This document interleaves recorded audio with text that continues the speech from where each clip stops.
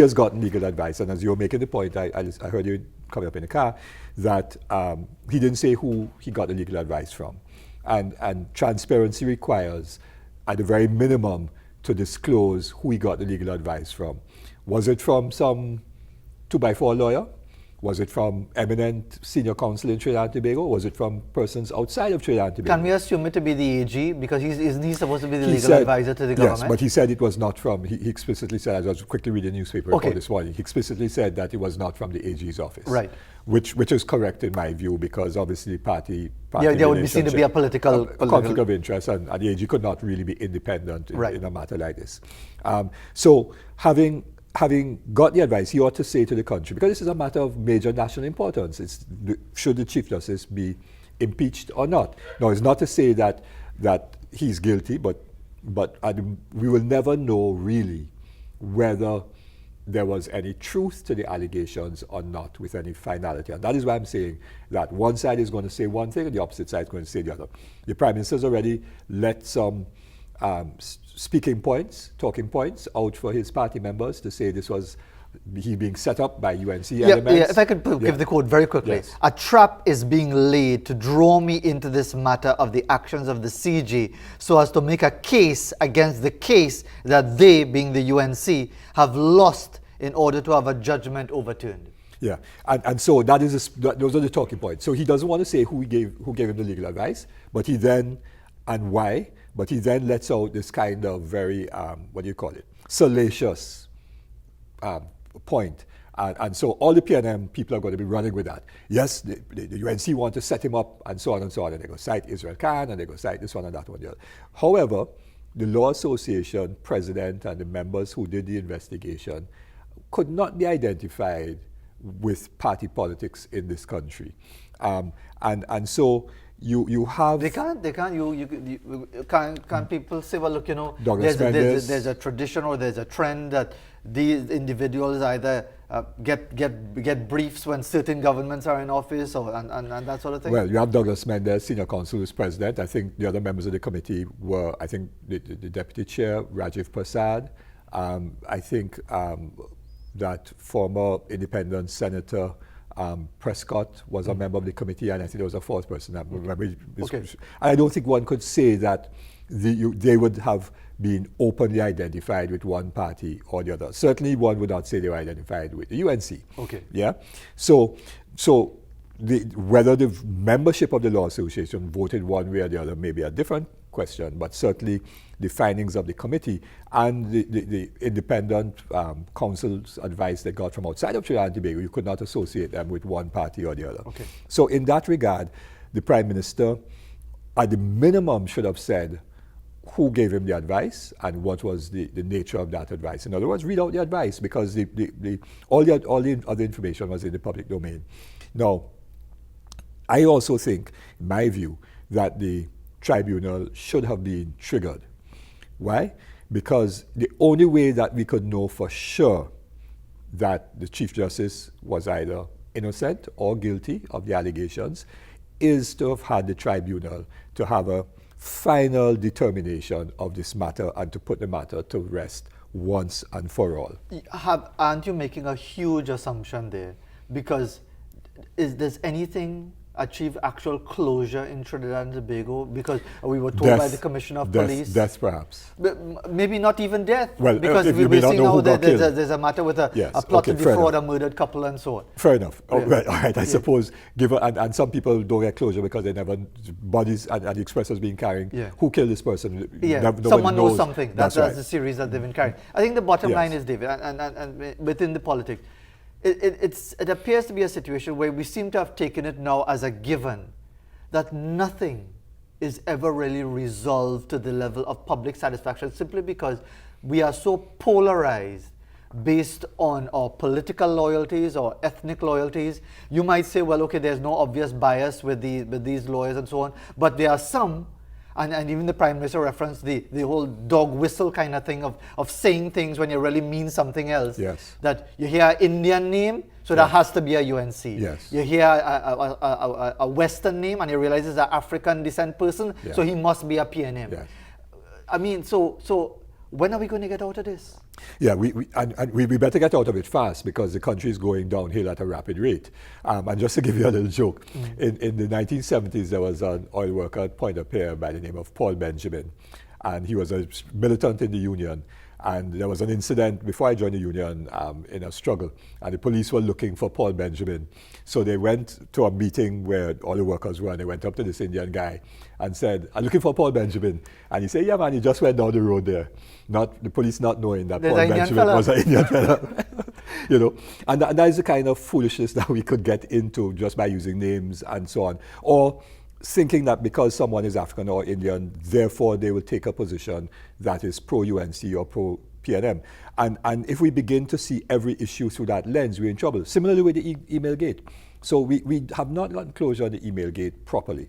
And when the issue came out in the public domain, I made a statement on behalf of the MSJ saying that we ought immediately to have brought in, through mutual legal assistance treaties, some people who are experts in cybercrime from Canada, the United States, and to have sought through the mutual treaties the support of the US government in getting to the servers right away and not waste time with going through our police and so on, because look how long this thing has taken. And at the end, we have a report that says that, from the DPP, that says evidence could not be found to either prove or disprove. Now, where does that leave us? Where does exactly? And so the UNC are saying they're in the clear, the PNM is saying they ain't get away. Right. And so the accusations on the political platforms in the election season is going to be simply throwing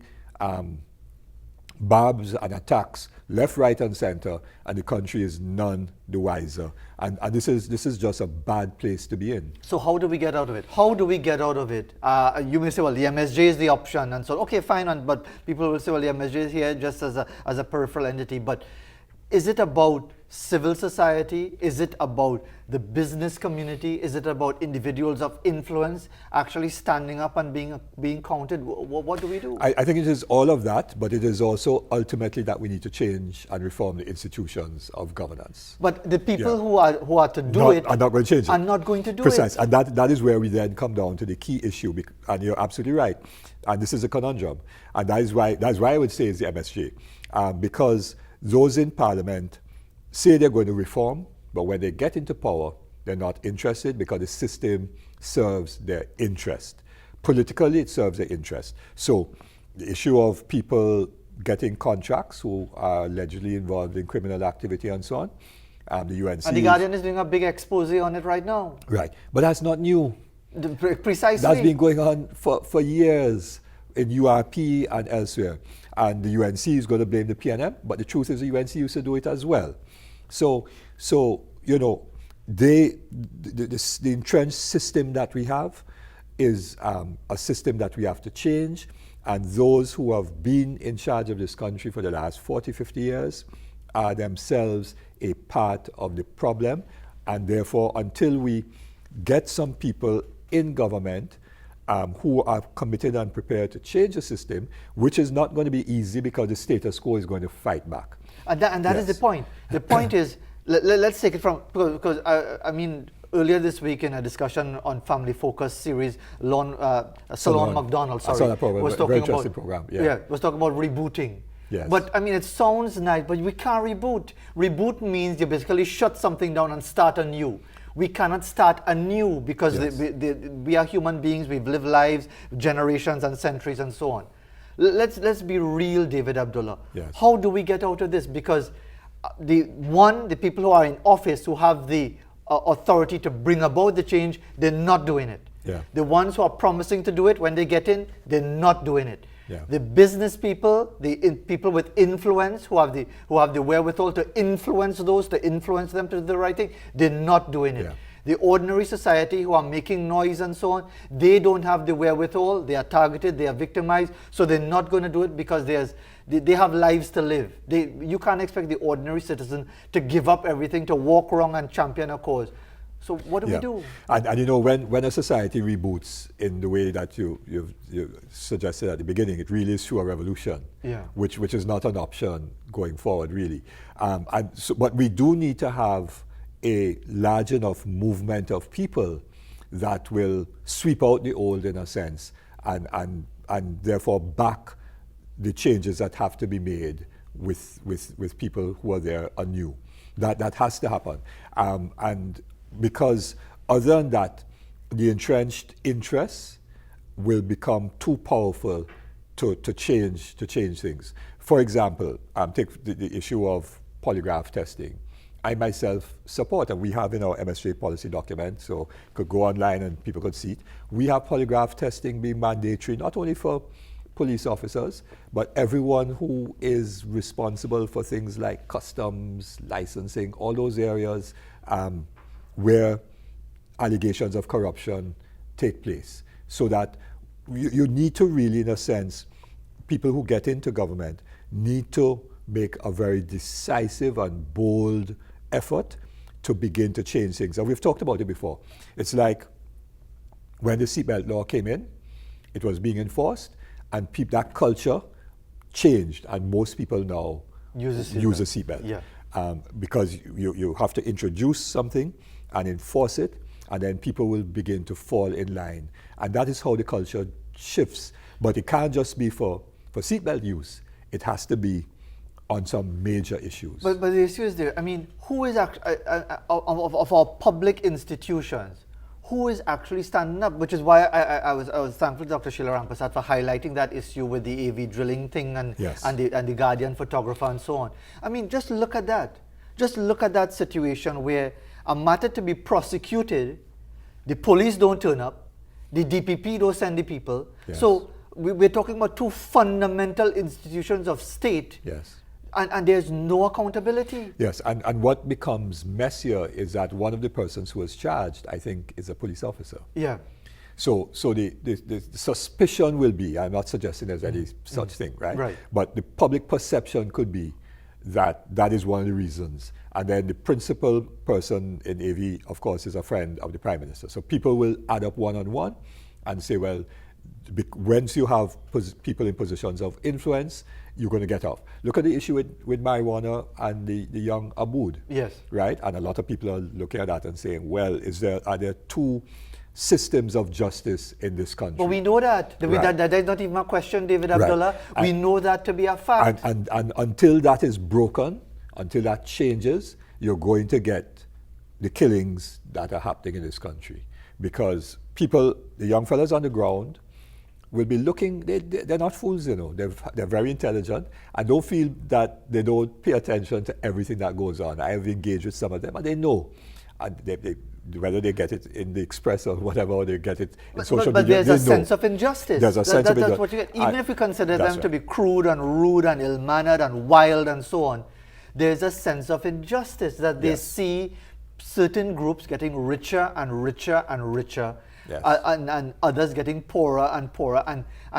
But do people make that connection between the consequences of corruption and white-collar crime and contracts and so on, and crime at the other end of the scale? Do people actually see that reality? I don't know that everybody sees that reality. What I do think, though, is that people on the ground make the connection between the corruption and the nepotism and the injustice and the two systems and so on. They make that connection and their own situation. I was in Scorpion on Saturday night. That's Upper Hake Street in Carnage, heart of Dr. Rowley's constituency. 25 young people, mostly young men, and so on, in a meeting. And we were discussing, the need to create jobs and to do some projects up inside there. And I was making the very point that we're discussing, and they were responding. They understood very clearly that their situation and their condition is directly related in the system of things to the fact that the rich are getting richer, that the resources of the country are going disproportionately to a very few people, and that the political system and the parties in power are part of the problem. We have to take a break because time is going by so very quickly, but we still want to cover a few other topics in the politics of Trinidad and Tobago. Let's take that break very quickly and return with David Abdulah.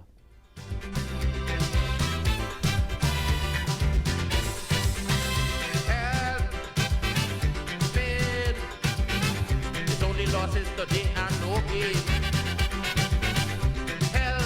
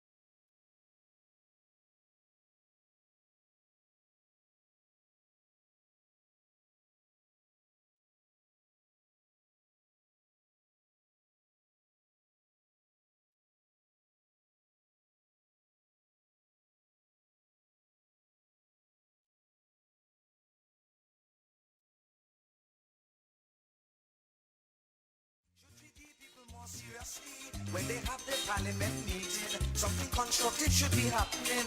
I visit them one evening in the parliament meeting. But what I see happening? Like these people high over cocaine. Why is the speaker speaking?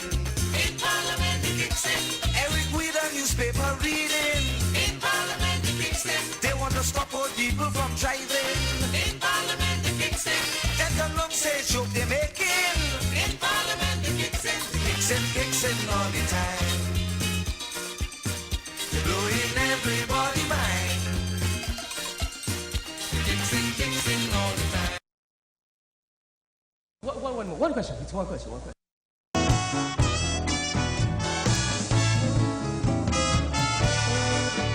Come, a power-hungry fool. Next election, I'm telling you flat, I want a candidate who dance like a bat. I will campaign till the very end for somebody who can come from 1 to 10. Cause them fellas, they're bright, they're too bright, and that is why they now run this country right. Goodness gracious, they're bright. 6:54 in Trinidad and Tobago as we take a quick look at the Quasi area coming up towards 7 o'clock, which means we have just a few minutes left with David Abdulah of the Movement for Social Justice. And I suppose, David, in the few minutes that we have left, I suppose those who are really interested in Trinidad and Tobago, not for themselves and their party and their race and their tribe and their business, are really asking themselves what is the way out, because as we were discussing during the break, many different issues we were discussing during the break, but just something as fundamental as campaign finance reform. Yes. To know who is financing who by how much. Yeah. They all say it and then they all come in and basically they're lying. Yeah. They're saying one thing and then coming and doing something else. How? Because I think what we are facing now is a level of helplessness that leads to despair, that leads to, well, is either to get out of here. Yeah, and you're right. And helplessness, some people are transferring the money out of Trinidad and Tobago like crazy. I've been doing so for the last 10 years, capital flight. Others are migrating. Young people, we're talking about that, who go abroad to study, not coming back home. And at another level, the helplessness gets manifest in the violence. because that's their way of expressing power and so on. So we are in a very grim situation, a very bad situation. And let me just, because it's Lloyd Best had said, how does a culture escape from itself? Yes. And that is really the issue. Yeah, exactly. And as I'm saying, the only way is really for there to be sufficient awareness and consciousness and organization that people can build a movement that breaks down all of that, so that the many actually triumph over the few. And you've seen those movements taking place. Right now in Puerto Rico, for example, huge protests against the governor and so on. So you've seen it popping up in different parts of the world. That's going to have to happen again in Trinidad and Tobago. Not violence, but just the expression of people's will.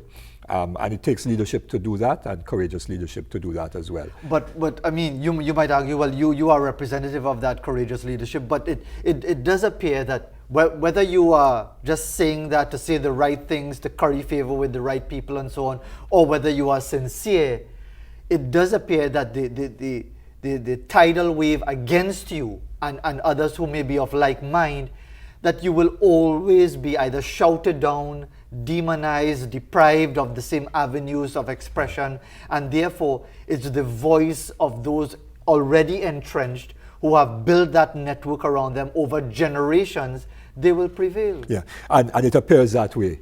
But at a certain moment, the dam breaks. And you've seen it in other parts of the world.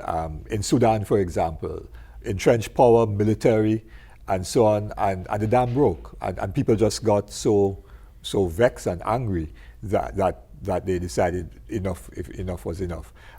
It happened in Algeria, where you had someone who wanted to be president for beyond his past due date. But is it fair to make those comparisons? The reason I ask that is that Sudan has been dictatorships, people were prepared to give their lives, professional associations stood up and marched, and only this week they finally came to an agreement, 3 years of a transition before elections are held, a combined thing, military and civilians and so on. But as chaotic as things would appear here in Trinidad and Tobago, we appear to maintain this veneer of civility, of respect for parliamentary process and law and order, free and fair elections and so on. So are we anywhere near that stage? Well, perhaps not near, but one can never say exactly how close we are. And I think the moment is coming. I can't say when, whether it's next week, next year, or 5 years from now. Some might say, David Abdulah, careful what you wish for, you might get it, and then innocent citizens might pay the price. Of course, I'm not talking about violence. I'm talking about social consciousness and so on that enables people to take a stand in enough numbers to bring about that change. And the president, I think, was on the point when she quoted the calypso that we just heard, Bali's calypso. Explainer's calypso about the kicks in Parliament. Yeah. As Bali was the one who sang about party time. Yes. And the earlier one by Sparrow, Good Citizen. Yes. I think those do reflect how a lot of people think. And just coming back to the AV oil owner and the issue of the assault against Christian De Silva, I think that the DPP can in fact have the matter reopened under the law. Even though a magistrate dismisses a matter, the DPP can step in and request that the matter be reopened. And I think for justice to be served one way or the other, that ought to be reopened and let the trial happen and let the trial determine the outcome. I hear what the Prime Minister said in respect to the Archie thing. In this situation, there's no legal way of forcing the Prime Minister to do anything. It's purely in his constitutional remit to decide one way or the other. But I think public pressure must be brought on him to disclose the legal advice so that the country could know what that legal advice is. That is critical. And in terms of the email gating, again, the police have closed it. DPP said we could go no further. But what all of this says is that until we get people in government who are going to change things and don't abuse state power, then we are going to have many more of these things going into the future. And that ultimately, that's the only reason why we in the MSJ are offering ourselves, because we are saying not that we want to be in office per se, but somebody has to be put into government to change it. If we don't put some people into government to change it, then we are condemning ourselves to more and more of what is taking place. David Abdulah, as always, thanks very much for taking the time Thanks. to join us early on a morning. It happens to be a Friday morning as we continue, but let's go to the news at the top of the hour before we head into the second hour of our show.